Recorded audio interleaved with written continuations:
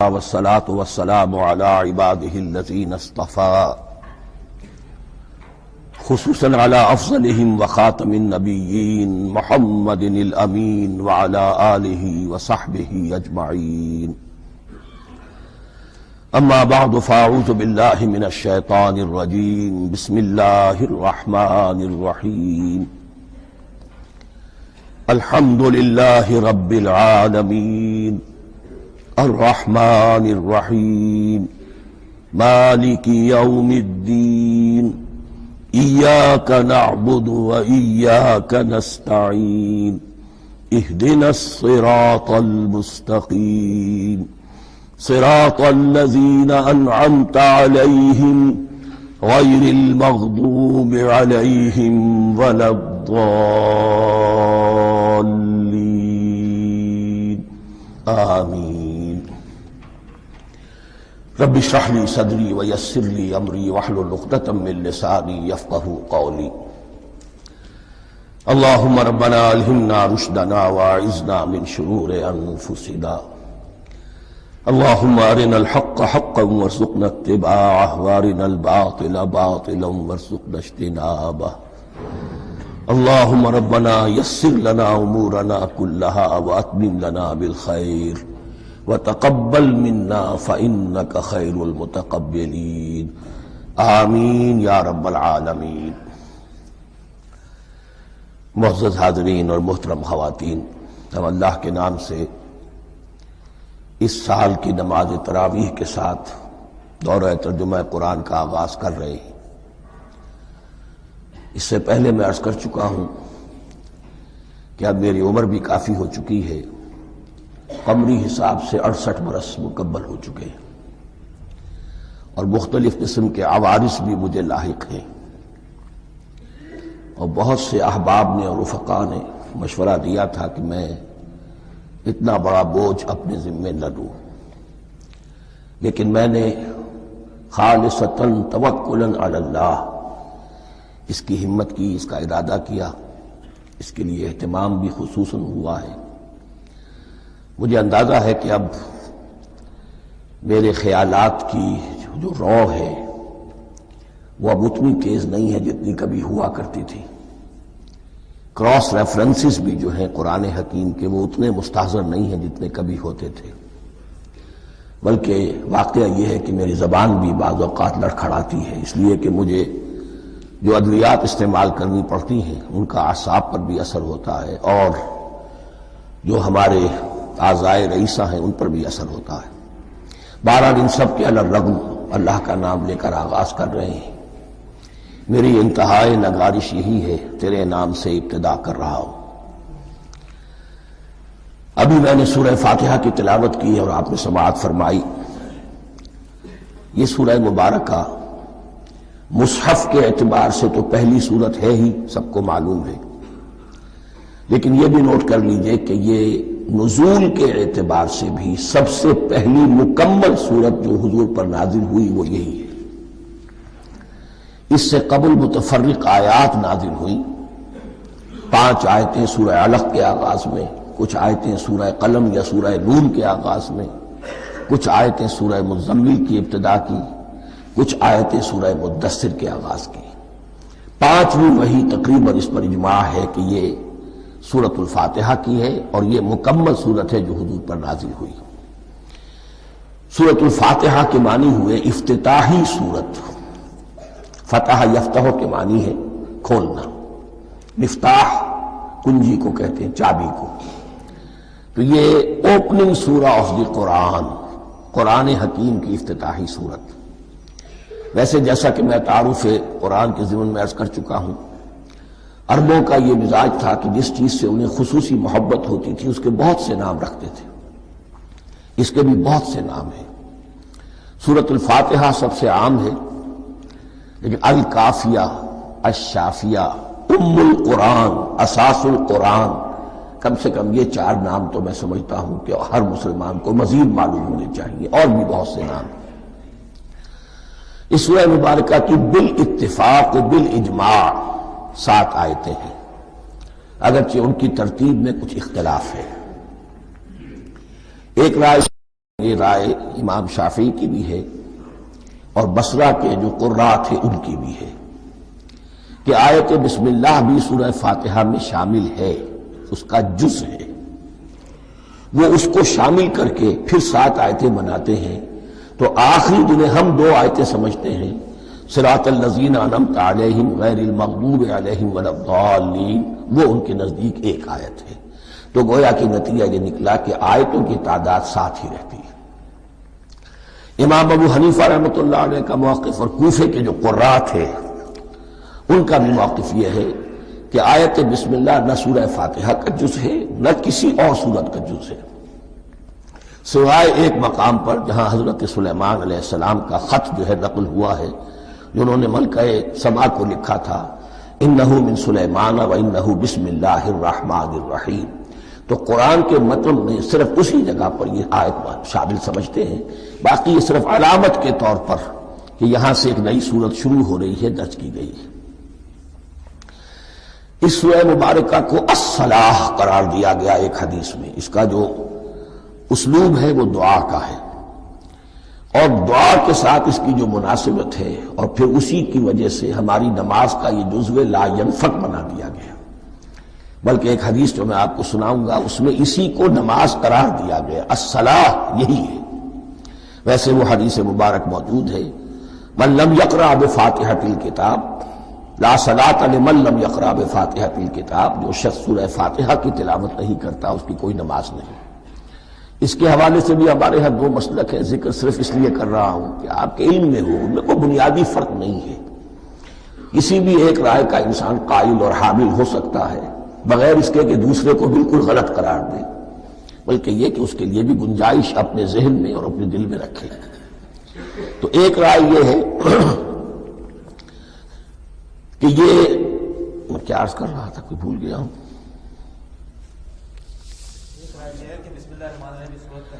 جی، اور دوسری آیت یہ ہے کہ اس کا حصہ نہیں ہے، اسی اعتبار سے یہ کہ یہ سورہ مبارکہ نماز میں پڑھی جانی ضروری ہے، لا صلاۃ لمن لم یقرأ بفاتحۃ الکتاب۔ البتہ یہ اختلاف ہے، یہ بات جو میں ذکر کر رہا تھا جو ذہن سے نکل گئی، کہ آیا مقتدی جو ہے امام کے پیچھے کھڑا ہو کر جب نماز پڑھ رہا ہو تو کیا اس صورت میں بھی اس کے لیے لازم ہے کہ سورہ فاتحہ پڑھے؟ اس میں 2 رائے ہو گئی، بلکہ 3۔ ایک رائے انتہائی ہے اور وہ فقہ حنفی کی طرف منسوب ہے کہ اگر آپ امام کے پیچھے مقتدی کی حیثیت سے نماز پڑھ رہے ہیں تو کسی بھی رکعت میں آپ سورہ فاتحہ نہیں پڑھیں گے۔ ایک دوسری بالکل برعکس رائے ہے، وہ امام شافعی رحمۃ اللہ علیہ کی ہے کہ ہر حالت میں چاہے امام جہری رکعت پڑھا رہا ہو جس میں وہ بلند آواز سے سورہ فاتحہ پڑھ رہا ہو، اور چاہے وہ سری رکعت ہو، ہر حالت میں مقتدی کو بھی پڑھنی ہے۔ ایک تیسری رائے بین ہے، وہ امام مالک کی ہے رحمۃ اللہ علیہ، کہ جو سری رکعت ہے جس میں کہ امام بھی خاموشی سے پڑھ رہا ہے مقتدیوں کو بھی پڑھنی چاہیے، جو جہری رکعت ہے جس میں کہ امام بلند آواز سے پڑھ رہا ہے اس میں مقتدیوں کو خاموش رہ کر پوری توجہ جو ہے سننے پر صرف کر دینی چاہیے۔ اذا قرئ القرآن فاستمعوا له وانصتوا، جب قرآن پڑھا جا رہا ہو تو پوری توجہ اس کے پڑھنے پر مرکوز کر۔ میرے اپنی رائے میں یہ تیسری رائے سب سے زیادہ صائب ہے اور اس میں کسی طرح کی بھی کوئی پیچیدگی پیدا نہیں ہوتی۔ بہرحال اس سورہ مبارکہ کا جو اسلوب ہے میں نے عرض کیا دعائیہ ہے، البتہ قرآن مجید کے علم اور حکمت کے اعتبار سے، اس کے فلسفے کے اعتبار سے ایک بات سمجھ لینی چاہیے۔ قرآن کا فلسفہ یہ ہے کہ بنیادی ہدایت ہر انسان کے دل میں موجود ہے بالقوہ، پوٹینشلی۔ یہ جو قرآن مجید یا اللہ کی کتابیں نازل ہوتی ہیں یہ انہیں ایکٹیویٹ کرتی ہیں، جو اندر کی جو ڈورمنٹ کانشسنس ہے، خوابیدہ شعور جو ہے اسے بیدار کر کے اور پھر یہ کہ اسے اجاگر کرتی ہیں۔ ہر سلیم الفطرت انسان اور سلیم العقل انسان، 2 سلامتی شرط ہیں، سلیم الفطرت، نیچر پرورٹڈ نہ ہو، فطرت مسخ نہ ہو گئی ہو، عقل سلیم ہو، ان دونوں چیزوں کا نتیجہ یہ نکلتا ہے کہ وہ انسان از خود بغیر کسی وحی کی رہنمائی کے، بغیر کسی نبی کی تعلیم کے سے استفادہ کیے ہوئے از خود بھی کچھ حقائق تک پہنچ جاتا ہے۔ اور وہ حقائق کیا ہے؟ نمبر ایک یہ کہ اس کائنات کا ایک خالق ہے، وہ ایک ہے، اور وہ تمام صفات کمال سے متصف ہے۔ نمبر دو یہ کہ انسان کی زندگی صرف یہ زندگی نہیں ہے، بلکہ ایک اور زندگی ہے کہ جس میں اس زندگی کے اعمال کے نتائج برآمد ہوں گے۔ یہ دو باتیں، اس کی زیادہ وضاحت کے ساتھ جو ہے اس کا تذکرہ آئے گا سورہ لقمان میں، جہاں حضرت لقمان کی شخصیت کا تذکرہ ہے۔ لیکن یہاں صرف یہ بات سمجھ لیجئے کہ قرآن کا فلسفہ یہ ہے کہ ہر انسان میں، ہر فرد نوع بشر میں جو اپنی ولادت کے وقت مسلم ہوتا ہے، حضور کی حدیث ہے کل مولود یولد علی الفطرہ ابواہ یحودانہ او ینصرانہ او یمجسانہ، ہر بچہ نوع انسانی کا فطرت اسلام پر پیدا ہوتا ہے، وہ فطرت کے اندر وہ ہدایت ودیت ہے۔ اب اگر وہ فطرت بس نہیں ہوئی اور عقل جو ہے وہ صحیح رخ پر کام کر رہی ہے تو ان دو حقائق تک وہ انسان خود پہنچ جائے گا۔ لیکن ان دونوں حقائق تک پہنچنے کے بعد اب وہ دست بستہ دعا کرے گا کہ اے رب اب مزید ہدایت تو مجھے عطا فرما۔ ایک تو یہ کہ میں کیا کروں کیا نہ کروں، میری عقل اس میں ٹھوکر کھا سکتی ہے، میں کسی اچھی چیز کو بری سمجھ سکتا ہوں، کسی بری کو اچھی سمجھ سکتا ہوں، تو مجھے صحیح راستہ، صحیح راہ ہدایت پر چلا۔ یہ دعا ہے جو انسان کرتا ہے جبکہ وہ ایمان باللہ اور ایمان بالآخرہ تک خود پہنچ چکا ہوتا ہے، اور یہ سمجھتا ہے کہ صحیح زندگی کا رخ یہی ہے کہ جس رب کو میں نے پہچانا ہے کہ وہ اس کائنات کا خالق ہے اور مالک ہے اور رب ہے، میں اس کی بندگی کروں، اس کی اطاعت کروں، اس کا حکم مانوں، اس کے راستے پر چلوں۔ لیکن وہ راستہ کون سا ہے؟ اس کے لیے پھر دست بدعا ہوتا ہے کہ پروردگار تو میری رہنمائی فرما۔ یہ مقام ہے کہ جہاں آپ سمجھ لیجئے اپنے آپ کو بھی آج اس جگہ پر تصور کرتے ہوئے پھر اس سورہ مبارکہ کو پڑھیے کہ آپ اس مقام پر اللہ کے فضل و کرم سے پہنچ چکے ہیں کہ اللہ کو آپ نے پہچان لیا اور اس کی توحید کو جان لیا، اس کی جملہ صفات کمال سے آپ واقف ہو گئے۔ آپ یہ بھی جان گئے کہ بڑھ کر اس کے حضور میں حاضر ہونا ہے اور وہ حساب کتاب لے گا۔ پھر آپ نے یہ عہد بھی کر لیا کہ اب زندگی گزارنی ہے اس رب کی بندگی میں، اسی کی فرما برداری میں۔ اب یہاں کھڑے ہو کر آپ پوچھتے ہیں کہ اللہ مجھے وہ تفصیلی ہدایت عطا فرما، ایسا نہ ہو کہ کبھی میں کسی راستے پر چلتا ہوا کسی پگڈنڈی پر مڑ جاؤں اور وہ تھوڑی سی جو ڈیویشن ہو میرے راستے کی وہ میری عاقبت کو برباد کر دے۔ یک لحظہ غافل گشتم و صد سال راہم دور شد، اس لیے کہ ہوتا یہی ہے سیدھے راستے سے ذرا سی کوئی پگڈنڈی جو ہے تھوڑے سے اینگل پر نکلی ہے، لیکن جب چلتے جائیں گے آپ تو جتنا آگے بڑھیں گے اس پر، اس راہ صراط مستقیم سے آپ اتنے ہی زیادہ دور ہوتے چلے جائیں گے۔ یہ ہے قرآن مجید کی حکمت اور فلسفے کے اعتبار سے اس سورہ مبارکہ کا مقام۔ اب آئیے ہم بسم اللہ کرتے ہیں۔ بسم اللہ الرحمن الرحیم، شروع کرتا ہوں میں اللہ کے نام سے جو رحمان اور رحیم ہے۔ اس پر کچھ گفتگو ہو چکی ہے تعارف قرآن کے ضمن میں کہ رحمان اور رحیم دو نام ہیں کہ جو رحمت کے مادے سے نکلتے ہیں۔ رحمان میں اللہ تعالیٰ کی رحمت کا جوش، ہیجانی کیفیت، طوفانی کیفیت، اور رحیم میں اللہ تعالیٰ کی رحمت کا دوام اور تسلسل۔ یہ دونوں کیفیات اللہ کی رحمت میں بیک وقت موجود ہیں، جس کا ہم تصور نہیں کر سکتے۔ ہم سمندر کو دیکھتے ہیں، متلاطم سمندر ہے، اس میں ہیجان ہے، طوفان ہے۔ دریا کو دیکھتے ہیں کہ وہ سکون کے ساتھ چل رہا ہے، خاموشی سے چل رہا ہے، بہہ رہا ہے، بس تسلسل کے ساتھ بہہ رہا ہے۔ ہم ان دونوں کیفیات کو علیحدہ علیحدہ دیکھتے ہیں تو ہمارا ذہن ان دونوں کو بیک وقت اس کا تصور نہیں کر سکتا، تخیل ممکن نہیں۔ لیکن اللہ کی رحمت کی یہ دونوں شانیں مستقلاً ہر وقت موجود ہے، بیک وقت، اسی لیے ان دونوں کے درمیان کہیں حرف عطف نہیں آئے گا۔ بسم اللہ الرحمن الرحیم، الحمدللہ رب العالمین۔ کل حمد، اور حمد کو ذہن میں رکھ لیجئے، حمد مساوی ہے تعریف جمع شکر۔ عام طور پر ترجموں میں ایک لفظ لایا جاتا ہے، کل تعریف اللہ کے لیے، یہ کافی نہیں ہے۔ تعریف آپ کسی شے کی کر سکتے ہیں جس میں کوئی حسن ہے، خوبی ہے، کسی بھی اعتبار سے، خواہ آپ کو اس کے حسن و خوبی سے کوئی فائدہ حاصل نہیں ہو رہا۔ ایک پھول ہے، بہت خوبصورت ہے، بس ٹھیک ہے، خوبصورت ہے، آپ نے کہا، تعریف کر دی۔ شکر کرتے ہیں آپ اس شے کا جس سے آپ کو کوئی فائدہ پہنچا ہو، استفادہ ہوا ہو، آپ کی کوئی ضرورت پوری ہوئی ہو، آپ کی کوئی مشکل دفع ہوئی ہو۔ اور آپ دیکھیں گے کہ حمد میں یہ شکر کا پہلو غالب ہے۔ جتنی بھی دعائیں ہیں حضور سے منقول، شکر کے مقام پر وہاں حمد آتا ہے۔ بھوک لگی ہوئی تھی، کھانا کھایا، الحمدللہ الذی اطعمنی وسقانی۔ اب یہاں دیکھیے ترجمہ تعریف نہیں، شکر ہے اس اللہ کا جس نے مجھے کھلایا اور پلایا۔ آپ بیت الخلاء سے باہر آئے، نجاستیں آپ سے دور ہو گئیں، طبیعت میں انشراح ہوا، الحمدللہ الذی اذھب عنی الاذی وعافانی۔ وہ شکر ہے اس اللہ کا جس نے اذیت بخش چیزیں مجھ سے دور کر دیں اور مجھے عافیت بخشی۔ تو یہ الحمدللہ رب العالمین، اللہ تعالیٰ کا حسن و کمال اور حسن و جمال اپنی جگہ بھی اس انتہا کا ہے کہ جتنی تعریف اس کا حق ہے ہم کر ہی نہیں سکتے، لیکن اس کے احسانات اور انعامات ہم پر اتنے ہیں کہ ہم ان کو بھی گن نہیں سکتے۔ لہذا ایک ہی احساء ہم نے کر دیا الف لام کے ساتھ، الحمدللہ رب العالمین۔ تمام تعریفیں اور کل شکر اللہ کے لیے ہیں کہ جو تمام جہانوں کا پروردگار ہے، رب ہے، مالک ہے۔ رب میں ایک مفہوم ہوتا ہے ربوبیت کا، اور اس میں مفہوم شامل ہوتا ہے تربیت کا، ربیانی صغیرہ۔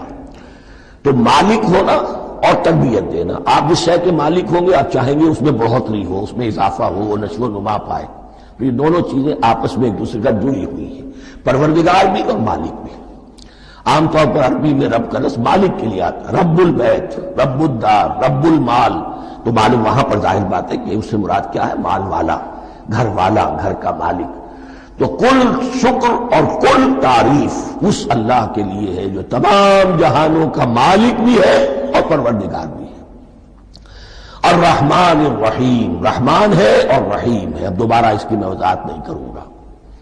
مالک یوم الدین، یوم دین کا مختار مطلق ہے۔ دین عربی زبان میں کہتے ہیں بدلے کو، دناہم کما دانو کما تدینو تو دانو، یہ کہاوت ہے۔ جیسے اردو میں ہم کہتے ہیں جیسا کرو گے ویسا بھرو گے، کما تدینو تو دانو، تو یہ ہے بدلہ۔ اس کا بنیادی مفہوم جو ہے وہ بدلہ ہے۔ تو بدلے کا ایک دن ہے جس دن فیصلہ ہوگا کہ کون کیا کما کر لایا ہے، اسے کیا بدلہ ملنا چاہیے۔ آیا اس کا برائیوں کا پلڑا بھاری ہے کہ اسے سزا ملنی چاہیے، یا اس کے حسنات اور نیکیوں کا پلڑا بھاری ہے کہ اسے جزا ملنی چاہیے، اس کا انعام اور اکرام کے ساتھ معاملہ کیا جانا چاہیے۔ وہ ایک دن ہے، اسے ہم یوم القیامہ کہتے ہیں۔ اور لیکن اصل بات جو یہاں کہی گئی، یعنی ایک جملے میں تین باتوں کا اعتراف ہو رہا ہے۔ بعث بعد الموت، ایک دن آئے گا کہ ہم مرنے کے بعد تمام انسان اٹھا لیے جائیں گے، پھر حساب و کتاب، پھر اللہ کے ہاں حاضری ہوگی اور حساب کتاب ہوگا۔ اور تیسرا یہ کہ اس حساب کتاب کے دن کا مختار مطلق اللہ ہے، یعنی کسی اور کو اپنے ذہن میں سہارا بنا کر آپ زندگی گزاریں کہ وہ مجھے چھڑا لے گا، یا وہ ہستی جو ہے اتنی زوردار ہے کہ وہ مجھے بچا لے گی، اس سے اپنے دل کو، اپنے ذہن کو بالکل پاک کر لیجئے۔ مالک یوم الدین، ایک دوسری جگہ پر قرآن میں آیا ہے، اس روز کوئی پکارنے والا پکارے گا، لمن الملک اليوم للہ الواحد القہار، آج کے دن کس کا اختیار مطلق ہے؟ اور پھر کہا جائے گا اللہ کے لیے، الواحد قہار، جو پوری طرح چھایا ہوا ہے، مستولی ہے۔ تو مالک یوم الدین، جو جزا و سزا کے دن کا مالک ہے۔ اب یہاں سے کلام ایک رخ بدل رہا ہے۔ ابھی تک تو یہ غائبانہ انداز میں کلام ہو رہا ہے، اللہ سے خطاب نہیں آیا اس میں ابھی۔ الحمدللہ رب العالمین الرحمن الرحیم مالک یوم الدین۔ اب خطاب ہے، ایاک نعبد و ایاک نستعین، ہم صرف تیری ہی بندگی کرتے ہیں اور کریں گے، اور ہم صرف تجھ ہی سے مدد مانگتے ہیں اور مانگیں گے۔ یہ ترجمہ میں کیوں کر رہا ہوں کہ یہ فعل مضارع ہے۔ عربی زبان میں فعل مضارع حال اور مستقبل دونوں کو کور کرتا ہے۔ کا جو ہے مفعول فاعلی جو ہے، مفعول جو ہے اس میں ضمیر مفعولی اسے پہلے لا کر حشر کا مضمون پیدا ہو گیا۔ ہم تیری بندگی کرتے ہیں نہیں، ہم تیری ہی بندگی کرتے ہیں اور کریں گے۔ حال میں ترجمہ کیجئے تو یہ اظہار حال ہے، اور مستقبل میں ترجمہ کیجئے تو ایک عہد ہے، قول و قرار ہے، بہت بڑا معاہدہ ہے۔ وَإِيَّاكَ نَسْتَعِينُ، اور صرف تجھ ہی سے مدد مانگتے ہیں اور مانگیں گے۔ اس میں بھی حال کا ترجمہ اظہار حال، اللہ کرے کہ واقعی ہمارا حال وہی ہو، جب ہم یہ الفاظ کہتے ہیں تو واقعتاً ہم اس پر پورے اتر رہے ہوں کہ اسی کی بندگی کر رہے ہوں اور اسی سے ساری استعانت اور استمداد کر رہے ہوں۔ جہاں تک مستقبل کا تعلق ہے وہ پھر ایک عہد ہے، اہدنا الصراط المستقیم، یہ مقام وہ آ گیا کہ یہاں تک تو ہے پروردگار ہم پہنچ گئے، تیرے فضل سے، تیرے کرم سے، فطرت سلیمہ بھی تیری عطا کردہ تھی، عقل سلیم بھی تیری ودیعت کردہ تھی، ان دونوں کی روشنی سے ہم یہاں تک تو پہنچ گئے۔ اب ہماری جو ضرورت ہے، احتیاج ہے، وہ کیا ہے؟ اہدنا الصراط المستقیم، ہدایت بخش ہمیں سیدھے راستے کی۔ یہاں دو باتیں سمجھ لیجئے، انفرادی سطح پر انسان کے لیے نہ معلوم کتنے مرحلے آتے ہیں ہر روز کہ جس میں وہ ایک چھٹک کر کھڑا ہو جاتا ہے، یہ کروں یا یہ کروں، دو آلٹرنیٹو سامنے آ رہے ہیں، فیصلہ کرنا مشکل ہو رہا ہے، قدم قدم پر ہدایت کی ضرورت ہے۔ اور اجتماعی طور پر نوع انسانی تین بڑے بڑے تمدنی مسائل میں واقعہ یہ ہے کہ تسلیم کر لیا جانا چاہیے کہ عقل انسانی اس کو راستہ نہیں دکھا سکتی۔ عام معاشرتی سطح پر مرد اور عورت کے درمیان حقوق اور اختیارات کا کیا توازن ہو، ناممکن ہے، انسان طے نہیں کر سکتا۔ انسان یا مرد ہے یا عورت ہے، عورت سوچے گی اپنے لحاظ، اپنے جذبات کا، اپنے خیالات کا لحاظ رکھے گی، مرد کے جذبات و احساسات کا اسے کوئی اس کا کوئی تصور ہی ممکن نہیں۔ مرد سوچے گا اسے اپنے احساسات معلوم ہے، لیکن یہ کہ عورت کے احساسات سے وہ نابلد ہے، ان کو محسوس کر ہی نہیں سکتا، لا محالہ وہ اپنے بارے میں وہ جو بھی نظام بنائے گا اس میں وہ اپنی بالادستی رکھے گا۔ وہ تو ایک ہی ہستی ہو سکتی ہے کہ جو دونوں کی خالق ہے، مرد کی بھی عورت کی بھی، اور اس کو دونوں سے محبت ہے، دونوں کا خیر خواہ ہے، دونوں کا رب ہے، دونوں کو پروان چڑھانا چاہتا ہے۔ اسی طرح فرد اور معاشرہ یا ریاست، حکومت اور ریاست ہمیشہ یہ چاہتی ہے کہ سارے اختیارات ہمارے ہاتھ میں آ جائیں، ٹوٹلیٹیرین سوسائٹی ہو، بس ہم حکم دیں اور لوگ اس پر چلیں۔ افراد یہ چاہتے نہیں، ہمیں آزادی ہونی چاہیے۔ اب آپ دیکھیے کہ دنیا میں کتنے جھگڑے چلتے ہیں اسی پر، فریڈم فریڈم فریڈم۔ وہ فریڈم واقعتاً اپنی جگہ پر ایک شے ہے، افراد کی آزادی ہونی چاہیے، لیکن افراد کی آزادی اتنی نہ ہو جائے کہ وہ مادر پدر آزاد ہو جائے، کوئی قانون، کوئی قاعدہ، کوئی اخلاقی کوئی حدود اور قیود جو ہے ان کا پابند نہ رہے۔ تو اب کہاں ہے وہ نقطہ اعتدال کہ جس میں انسان کی انفرادی آزادی، انفرادی اختیار اور ادھر اجتماعی مصلحتیں جو ہیں ان کو بیلنس کیا جا سکے؟ انسان طے نہیں کر سکتا، صرف اللہ ہی اس کے لیے نظام دے سکتا ہے۔ تیسرا مسئلہ ہے سرمایہ اور محنت، اس میں کیا توازن ہو؟ سرمایہ اور محنت دونوں مل کر کچھ بنا رہے ہیں، کچھ پروڈیوس کر رہے ہیں۔ اب اس میں نفع جو ہوا ہے اس میں سرمایہ کا کتنا حصہ ہونا چاہیے اور لیبر کا کتنا ہونا چاہیے، کون طے کر سکتا؟ اس کے لیے بھی کہ ایسا نہ ہو کہ سرمایہ داری جو ہے آکاش بیل بن کر پورے معاشرے پر چھا جائے، اور غریب بیچارہ، مزدور بیچارہ، کاشتکار بیچارہ وہ گویا کہ چکی کے دو پارٹوں میں پس کر رہ جائے، اس کی کوئی حیثیت نہ رہ جائے۔ لیکن یہ کہ دوسری طرف اگر یہ کہ مزدور کا جو حق ہے اس سے زیادہ اس کو دے دیا جائے تو سرمایہ جو ہے وہ سکڑ جائے گا، شائی ہو جائے گا، وہ پھر میدان میں نہیں آئے گا۔ کیا کیا جائے؟ کون سا نقطہ عدل و اعتدال ہے؟ یہ تین مسائل ایسے ہیں، اہدنا الصراط المستقیم۔ تو یوں سمجھیے کہ ایک جو بنیادی ہدایت تھی، ایک اللہ کو پہچان لینا، یہ جان لینا کہ کل حسن و جمال اور تمام انعام و اکرام کا منبع اس کی ذات ہے، وہ رحمان ہے اور رحیم ہے، اور یہ جان لینا کہ مرنے کے بعد جی اٹھنا ہے، حساب کتاب ہے، فیصلہ ہوگا جزا و سزا کا، اور مختار مطلق اس دن کا اللہ ہے۔ پھر یہ عہد کر لینا ایاک نعبد و ایاک نستعین، اس کے بعد دعا پروردگار ہمیں ہدایت پر قائم رکھ، ہماری ہدایت میں اضافہ فرما۔ اس ہدایت کے لفظ کو سمجھ لیجئے، بنیادی ہدایت، تفصیلی ہدایت، قدم قدم پر ہدایت، ہدایت پر ہدایت۔ والذین اہتدوا زادہم ھدی، جو لوگ ہدایت کے راستے پر آتے ہیں اللہ ان کی ہدایت میں اضافہ کرتا ہے۔ تو یہ قدم قدم پر ہمیں ہدایت کی ضرورت ہے اور مرحلہ وار ضرورت ہے۔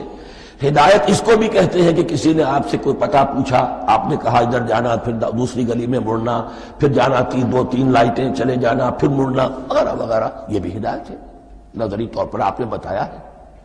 ایک ہدایت یہ ہوئی کہ بھائی میں چلتا ہوں آپ کے ساتھ، میں آپ کو وہاں تک پہنچا دوں گا تاکہ آپ کو دقت نہ ہو، آپ نے منزل تک پہنچا دیا۔ ان دونوں کے درمیان، یہ تو میں نے ایک فرد کی مثال دی ہے، اللہ اور بندے کے درمیان نہ معلوم کتنے مراحل ہیں ہدایت کے۔ تو کسی وقت بھی انسان اپنے آپ کو ہدایت خداوندی سے مستغنا نہیں سمجھ سکتا، اور نہیں تو پروردگار جو ہدایت دی ہے اس کو ہدایت پر قائم رکھ۔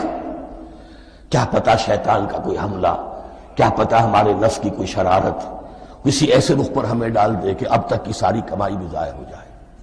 لہذا یہ نہ سمجھیے کہ جب یہ ساری چیزیں ان کو معلوم تھی، ان چیزوں کا تو اقرار کر رہے تو اب ہدایت کون سی مانگ رہے ہیں؟ تو ہدایت کا تو بڑا میدان کھلا ہوا ہے، اور اس ہدایت کی وہ جو میں نے آخری شکل آپ کو بتائی ہے کہ منزل مقصود تک پہنچا دے، یہ ہدایت بھی قرآن مجید میں اس معنی میں بھی لفظ آیا ہے کہ اہل جنت جب جنت میں داخل ہوں گے تو جو ترانہ حمد ان کی زبان پر اس وقت ہوگا وہ کیا ہے؟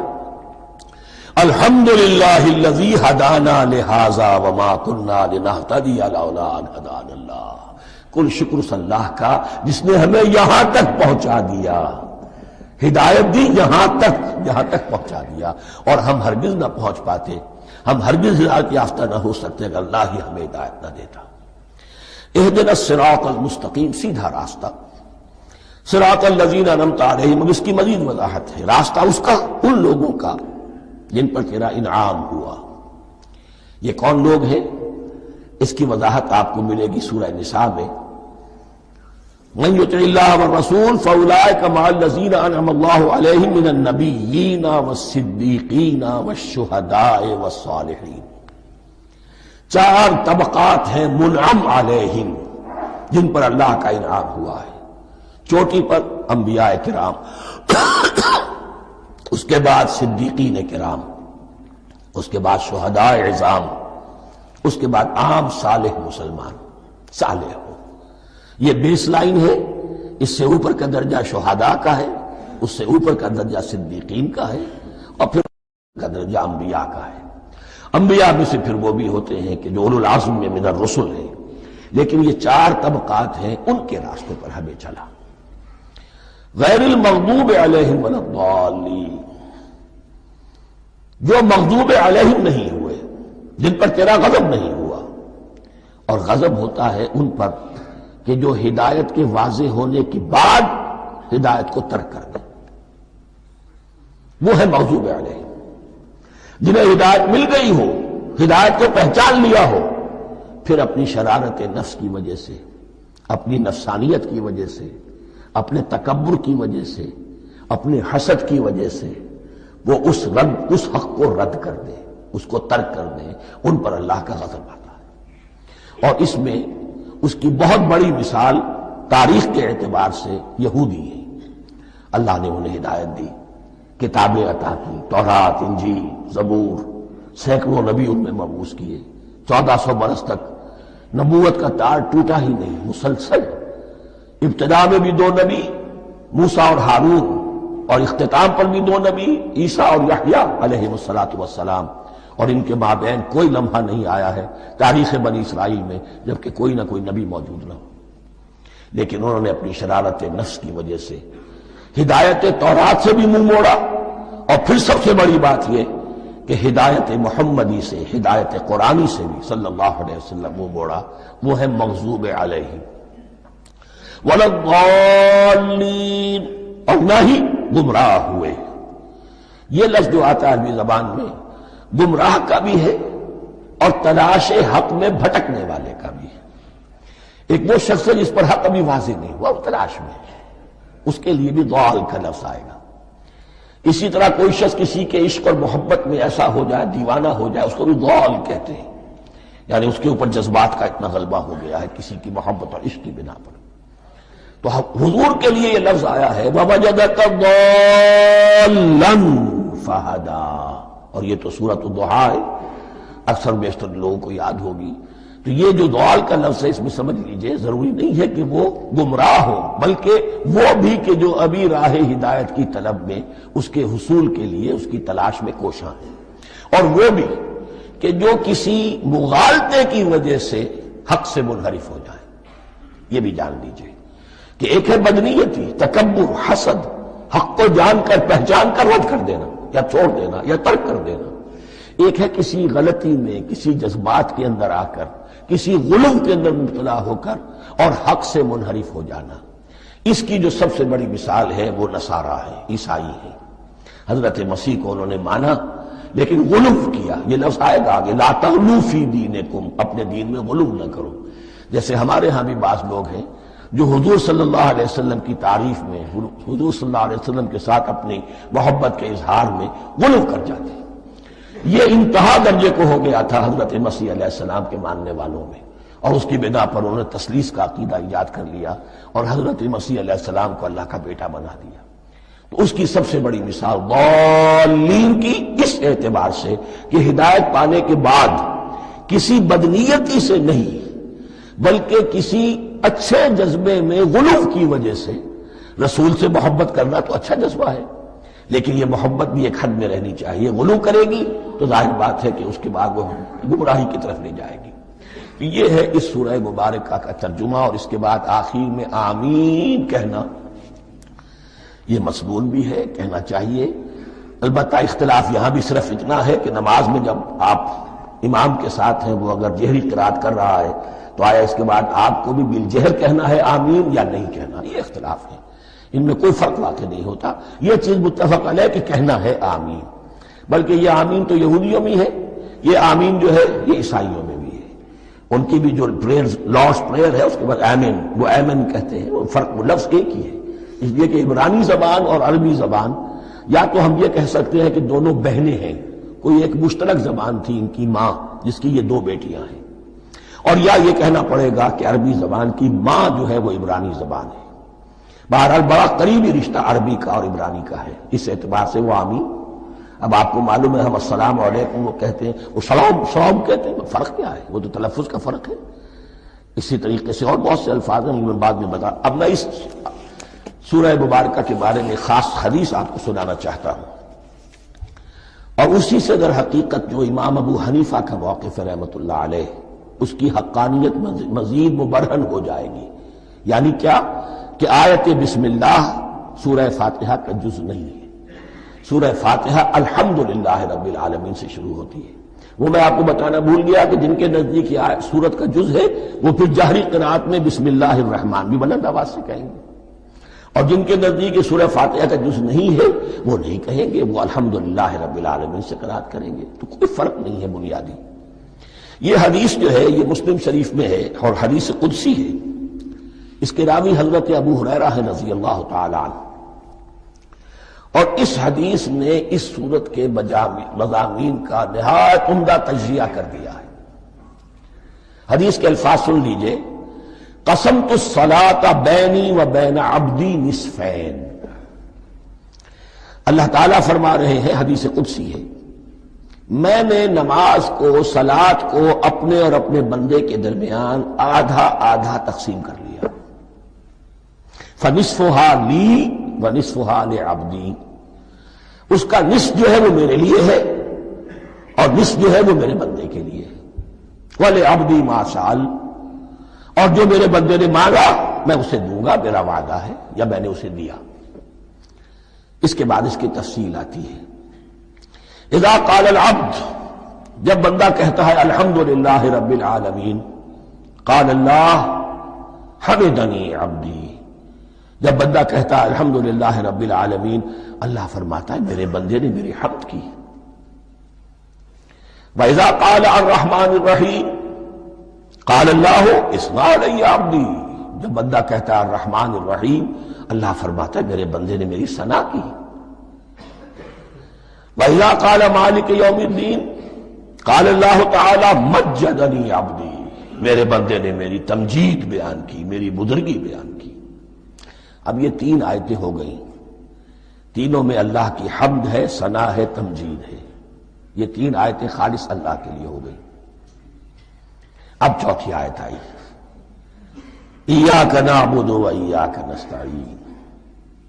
اس کے بارے میں جب بندہ کہتا ہے اذا قال العبد ایاک نعبد و ایاک نستعین، قال اللہ تعالی ھذا ما بینی و بین عبدی ولعبدی ما سأل، یہ میرے اور میرے بندے کے درمیان ہے۔ یہ تو یوں سمجھیے کہ یہ گرا لگ گئی ہے میرے اور میرے بندے کے مابین۔ اس نے مجھ سے قول و قرار کیا ہے، اس نے میری بندگی کا اعتراف کیا ہے، اس نے تسلیم کیا ہے کہ میری ہی بندگی کرتا ہے اور کرے گا، اور مجھ سے مدد چاہیے ہے۔ ھذا ما بینی و بین عبدی، یہ معاہدہ ہے، معاہدہ دو فریقوں کے مابین ہوتا، یہ میرے اور میرے بندے کے مابین ہے۔ وَلِعَبْدِي مَا سَأَلَ، اور میں نے اپنے بندے کو دیا جو اس نے مانگا، وہ میری مدد چاہتا ہے، میری مدد اس کے شامل حال رہے گی۔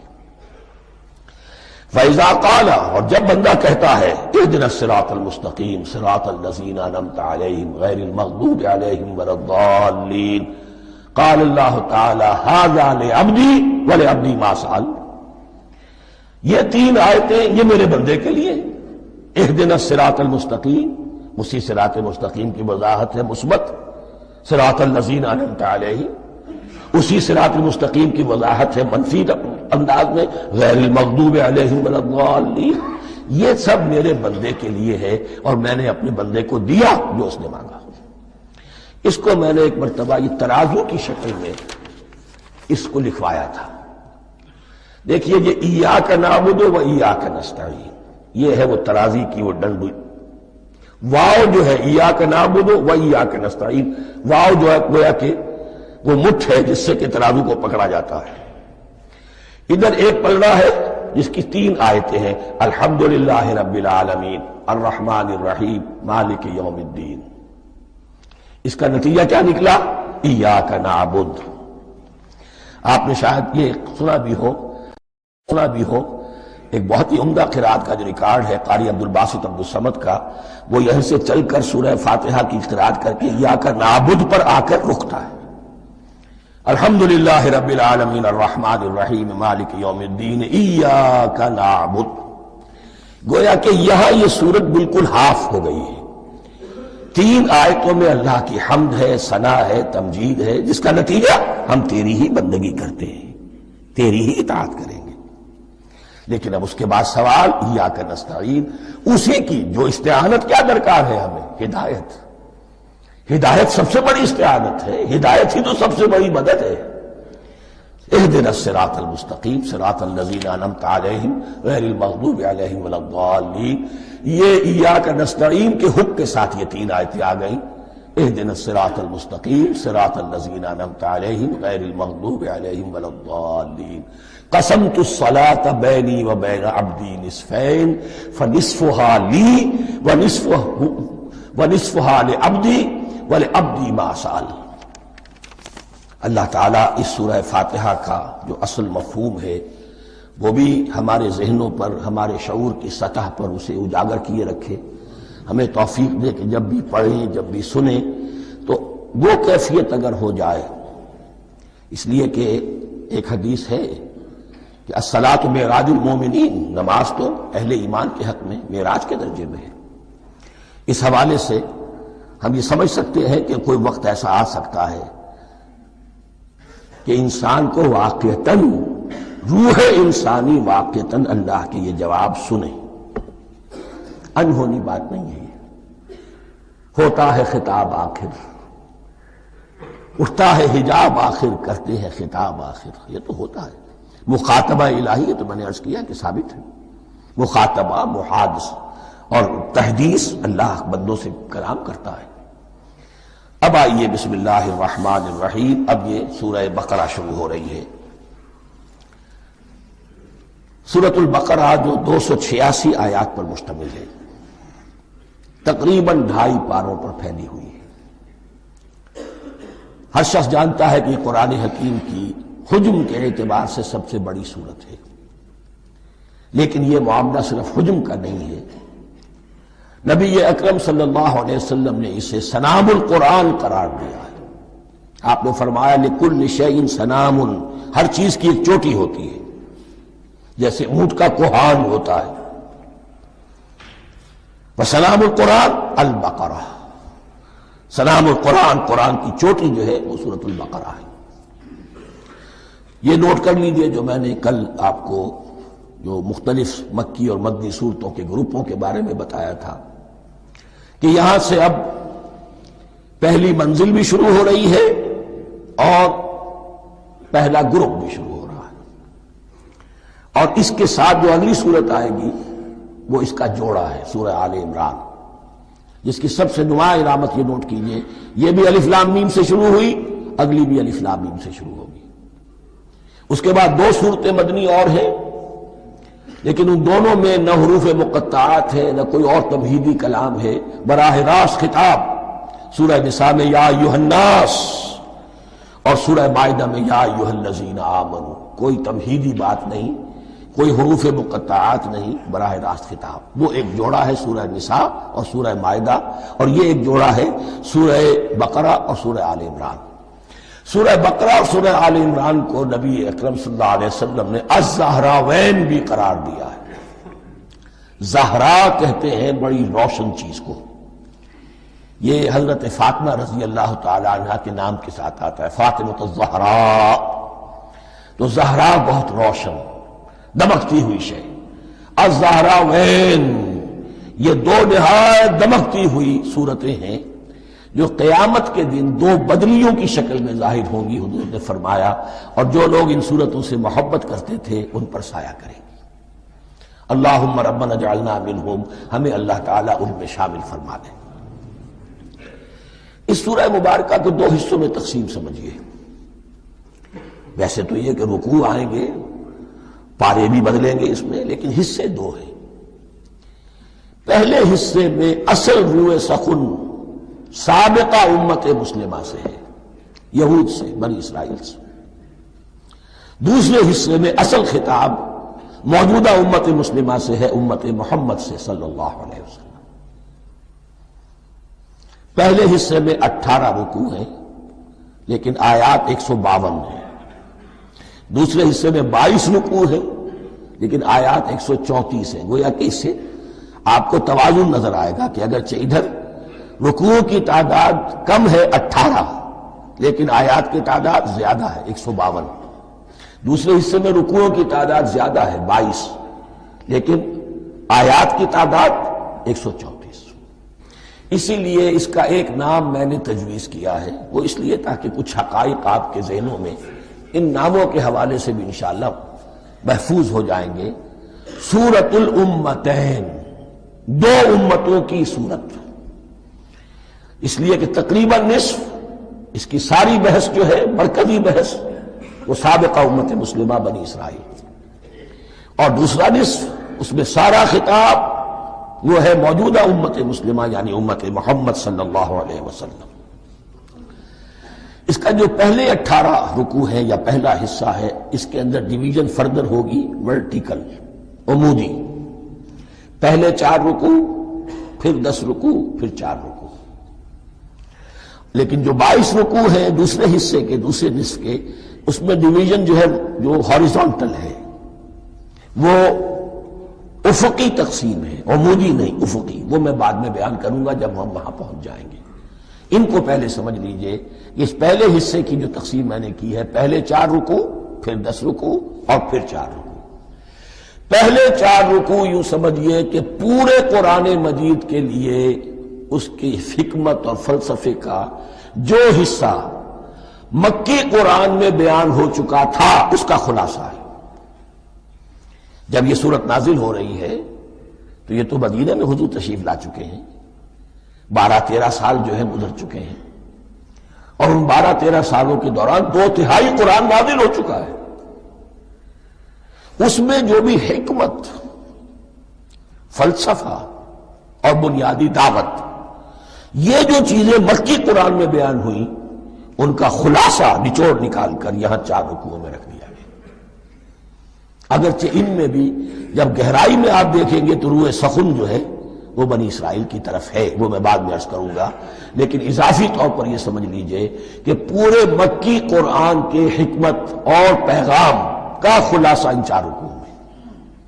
پھر 10 رکوع ہیں جن میں براہ راست خطاب ہے سابقہ امت مسلمہ، یا بنی اسرائیل۔ اس کے بھی 2 حصے ہیں۔ پہلے ایک رکوع میں دعوت ہے، بڑا انداز اس کا بڑا پیارا ہے، اس میں دعوت ہے، ایمان لاؤ محمد پر صلی اللہ علیہ وسلم۔ اور اس کے بعد 9 رکوع ہے ملامت کے، ملامت، تنقید، تم نے یہ کیا اور یہ کیا اور یہ کیا، ہم نے یہ احسان کیے، یہ احسان کیے، یہ احسان کیے، تم نے یہ ناشکری کی، یہ ناشکری کی، یہ ناشکری کی۔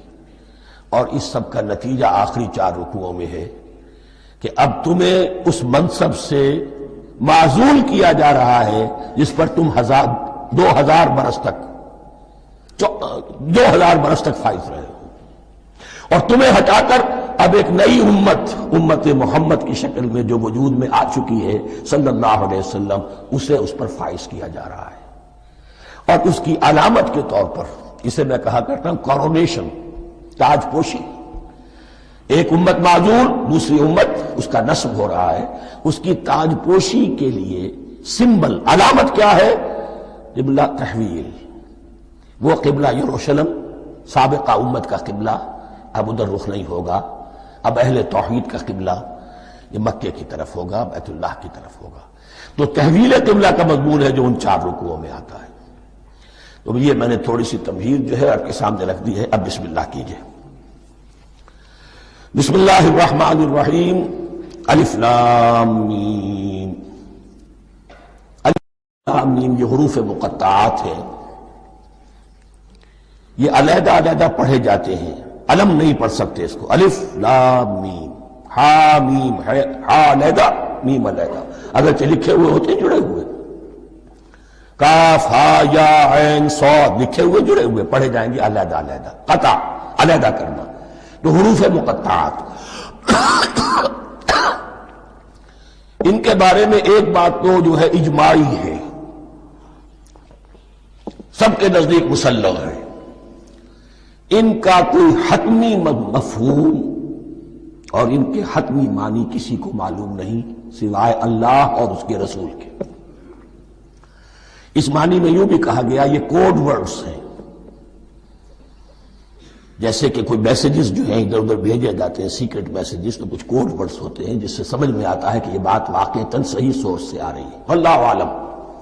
لیکن اس کا کوئی مفہوم اور اس کے معنی جو ہیں وہ اتفاق اس پر ہے، اگرچہ بعض حضرات نے کچھ اپنی سی کوشش کی ہے، کچھ مفہوم جو ہے بنانے کی، وہ اپنی جگہ پر ہے، لیکن یہ کہ کسی حضرت عبداللہ ابن عباس رضی اللہ تعالی عنہما نے بعض ایسی کوششیں کی ہیں، لیکن ان کی رائے کو بھی ان کی ذاتی رائے سمجھا گیا ہے، امت نے اسے قبول نہیں کیا۔ اجماع اور کنسنسس اسی پر ہے کہ اس کے معنی اور مفہوم کسی کو معلوم نہیں سوائے اللہ اور اس کے رسول کے۔ البتہ بعض چیزیں ایسی ہیں کہ وہ اگر نوٹ کر لی جائیں تو شاید آئندہ ہے اس میں کچھ راز کھلنے کے امکانات پیدا ہو جائیں۔ دیکھیے عربی زبان کے جو الفابیٹس ہیں ان کی تعداد 29 ہے یا 28 ہے، میں بتا چکا ہوں۔ الف اور حمزہ کو ایک سمجھے تو 28 ورنہ 29۔ پہلی بات یہ نوٹ کیجئے قرآن حکیم کی 114 سورتوں میں سے 29 سورتوں میں ان کے شروع میں یہ حروف مقطعات آئے ہیں۔ دوسری بات یہ کہ اس میں 28 کا نصف کیجئے تو 14 استعمال ہوئے، 14 نہیں استعمال ہوئے، بالکل آدھی تعداد استعمال ہوئی ہے۔ تیسرے یہ کہ جو شروع اور آخر اور درمیان 3 حصوں میں تقسیم کر دیجئے آپ، 9 9 9 پلواڑی 27، ایک طرف 10 رہ جائیں گی۔ پہلے حصے میں سے بہت کم حروف لیے گئے، بہت کم۔ آخری حصے کے تقریباً تمام حروف ہیں، تقریباً۔ درمیانی حصہ وہ ہے کہ جس میں آپ نے دیکھا ہے کہ عربی میں جوڑوں کی شکل میں ہے، صاد ضاد، فرق کیا ہے نقطے کا، سین شین فرق کیا ہے نقطوں کا، را زا فرق کیا ہے نقطے کا۔ تو جو بھی نقطے والا لفظ ہے وہ نہیں لیا گیا، اور جو بغیر نقطے کے غیر منقوط ہے وہ لیا گیا۔ پھر اس میں 3 صورتیں ہیں جن میں ایک ایک حرف آیا ہے، سورہ قاف، سورہ نون، سورہ صاد۔ پھر صورتیں ہیں جن میں 2 آئی ہیں، جن میں 3 آئے ہیں، پھر 4 آئے ہیں، 2 ہی صورتیں ہیں جن میں 4 ہیں، اور 2 ہی صورتیں جن میں 5 ہیں۔ تو یہ ہے صرف یوں سمجھیے کہ اعداد و شمار۔ اس کے حوالے سے کچھ آدمی غور کرے تو شاید کوئی بات نکلے۔ باقی وہ مثال میں آپ کو بتا دیتا ہوں کہ حضرت عبداللہ ابن عباس نے ایک رائے ظاہر کی کہ الف لام میم در حقیقت ایک جملے کا خلاصہ ہے، انا اللہ اعلم۔ پہلا لفظ انا، اس کا الف لے لیا، درمیانی لفظ اللہ، اس کا درمیانی لام لے لیا، تیسرا لفظ اعلم، یہ آخری لفظ ہے، آخری حرف میم لے لیا، انا اللہ اعلم، میں اللہ جانتا ہوں، واللہ اعلم، واقعتاً اللہ ہی جانتا ہے۔ یہ حضرت عبداللہ ابن عباس کی رائے ہے، لیکن اگرچہ انہیں حبر الامت مانا گیا ہے، لیکن یہ کہ ان کی اس رائے کو بھی اکثر و بیشتر مفسرین نے قبول نہیں کیا۔ اب جو پہلے 2 رکوع ہیں اس سورہ بقرہ کے، ان کے بارے میں تعویل عام اور تعویل خاص کا ایک بڑا بنیادی فرق ہے جو نوٹ کر لینا چاہیے۔ جس وقت یہ صورت نازل ہو رہی ہے، میں عرض کر چکا ہوں کہ 12 سال ہو چکے تھے حضور کو اپنا فریضہ نبوت و رسالت ادا کرتے ہوئے۔ ایک جماعت اچھی بھلی تیار ہو چکی تھی جنہوں نے حضور کی دعوت پر لبیک کہا، ایمان لائے اور آپ کی تعلیمات پر عمل کیا۔ وہ ایک گروہ موجود تھا، یہ ابو بکر ہے، یہ عمر ہے، یہ عثمان ہے، یہ طلحہ ہے، یہ زبیر ہے، یہ عبد الرحمن ابن عوف ہے، یہ مصعب بن عمیر ہے، دیکھ لو۔ اور ایک گروہ وہ تھا کہ جو حق کو جان کر پہچان کر محض اپنی ضد اور حق درمی کی باعث وہ کفر پر اڑ گیا تھا۔ اور اب ایک تیسرا گروہ پیدا ہو رہا تھا مدینے میں آ کر، وہ ابھی ایمبریونک سٹیج میں ہے، کہ جو داعی ہے، مدعی ہے کہ ہم مانتے ہیں لیکن حقیقت میں نہیں مانتے۔ یہ 3 قسم کے گروہ دنیا میں ہمیشہ پائے جائیں گے، ہمیشہ۔ اب اسے میں اس کو لا رہا ہوں تعویل عام کی طرف۔ جب بھی کبھی کوئی دعوت اٹھے گی انقلابی، ایک ہوتا ہے واعظ و نصیحت، ٹھیک ہے، جس نے بھی فائدہ اٹھایا اٹھا لیا۔ ایک ہوتی ہے دعوت انقلابی، وہ انقلابی دعوت کا ہدف ہوتا ہے نظام کو بدلنا۔ نظام بدلتا ہے تو ظاہر بات ہے کہ جو لوگ اس نظام میں جن کے ویسٹڈ انٹرسٹ ہیں اور جن کو پریولیجز حاصل ہیں، جن کے مفادات ہیں، وہ تو لازماً اپنے نظام کا تحفظ کریں گے۔ ٹکراؤ ہوگا، تصادم ہوگا، تصادم میں جانی نقصان بھی ہوگا، مالی نقصان بھی ہوگا۔ یہ گویا کہ کسی انقلابی دعوت کے لوازم ہیں۔ اگر یہ شاید نہ ہو تو ان دعوت انقلابی ہے ہی نہیں۔ اس اعتبار سے ہر انقلابی دعوت کے جواب میں 3 طبقے پیدا ہو جاتے ہیں۔ ایک وہ کہ جو اس دعوت کو قبول کرتے ہیں دیانت کے ساتھ، خلوص کے ساتھ، اخلاص کے ساتھ، اور پھر پوری جوامردی کا ثبوت دیتے ہیں، ہر چہ بعد آباد، اب جو آئے سو آئے، جان دینی پڑے حاضر ہیں، مال دینا پڑے حاضر ہیں، کوئی تکلیف آئے، کوئی مشقت آئے، کوئی مصیبت آئے، کوئی قربانی کرے حاضر۔ جب پکارا گیا واپس نہیں پھیرا کوئی فرمان جنوں کا، اور تنہا نہیں لوٹی کبھی آواز جرس کی۔ خیریت جا راحت تن صحت داما، سب بھول گئی مصلحتیں اہل ہوس کی۔ ایک وہ لوگ ہوتے ہیں، ایک وہ لوگ ہوتے ہیں کہ جو اڑ جاتے ہیں ضد پر، ہٹ درمی پر، ماننے کے باوجود، جاننے کے باوجود کہ بات تو ٹھیک ہے جو کہہ رہے ہیں، کیسے مان لیں؟ ہماری سیادت، ہماری چودراہٹ، ہمارے مفادات، ہمارے یہ ساری چیزیں ان سب کے اوپر زد پڑ رہی ہے۔ یہ لوگ اڑ جاتے ہیں، اور پھر کوئی دعوت، کوئی نصیحت، کوئی مزید افہام و تفہیم ان کے حق میں مفید نہیں ہوتی۔ اس لیے کہ صحیح بات ہے جو کہتے ہیں کہ سوتے کو تو جگایا جا سکتا ہے، جاگتے ہو کیسے جگائیں؟ کوئی سویا ہوا ہے تو آپ اسے جگا دیں گے، جو جاگا ہوا ہے لیکن وہ بنا ہوا ہے، وہ اٹھنے کو تیار ہی نہیں ہے، تو آپ کیسے اٹھا دیں گے اس کو؟ تو جو لوگ جان بوجھ کر حق کو پہچان کر رد کر دیتے ہیں، پھر ان کے حق میں کوئی دعوت، کوئی نصیحت، کوئی تبلیغ، کوئی انذار، کوئی تبشیر مفید نہیں ہوتی۔ تیسرا درجہ ایسے لوگوں کا ہوتا ہے جو یا تو شروع میں آتے ہی شرارت کے ارادے سے ہیں، کوئی مصلحت ہے جس کی وجہ سے اس دعوت کو قبول کر لیا، کوئی ذاتی منفعت ہے جس کے لیے قبول کر لیا، یا یہ کہ شروع میں تو اخلاص کے ساتھ آتے ہیں لیکن جب قربانی دینے کا وقت آتا ہے تو ان کے اندر سیرت و کردار کی وہ مضبوطی نہیں ہوتی کہ ہر شباد آباد، یہ نہیں ہوتی، وہ پھر ڈگمگاتے رہتے ہیں، کبھی کچھ چلے پھر کہیں چھٹک کر رہ گئے، پھر کہیں کچھ چلے پھر چھٹک کر رہ گئے۔ یہ تیسرا طبقہ ہے کہ جو کہتا ہے، دعوی مدعی ہے کہ ہم نے مانا ہے، قبول کیا ہے، بات ٹھیک ہے، کچھ تھوڑا بہت چلتے بھی ہیں، لیکن جہاں مشکل آئی چھٹک کر کھڑے ہو گئے، اونگے منہ گر پڑے۔ یہ تیسرا طبقہ ہے۔ اس کے لیے لفظ ہمارے ہاں منافقین بھی ہے، لیکن اس رکوع میں آ کر، ابھی ان 4 رکوعوں میں نہیں بلکہ سورہ بقرہ میں مکمل میں بھی کہیں نفاق کا لفظ نہیں آیا ہے، اس لیے کہ اسے مرض سے تعبیر کیا گیا۔ یہ مرض ہے ایک، اور اس مرض کے ذریعے سے لوگوں کے اندر جو ہے وہ ایک نفاق کا بیج پڑ رہا ہے، جو ظاہر ہوگا تو منافقت پوری کی پوری کھل کر سامنے آ جائے گی۔ روگ ہے انسانی شخصیت کا، اس حوالے سے وہ تیسری، اور یہ چونکہ اہم ترین حصہ تھا اور یہ مرض اب شروع ہو رہا تھا، مدینے میں، مکے میں نہیں تھا، لہذا زیادہ تفصیل سے اس کے بارے میں گفتگو ہوئی۔ اب ان 2 رکنوں کا سلسلے وار مطالعہ انشاءاللہ اس دوسری نشست میں کریں گے۔ دوسری نشست سے مراد یہی ہے ابھی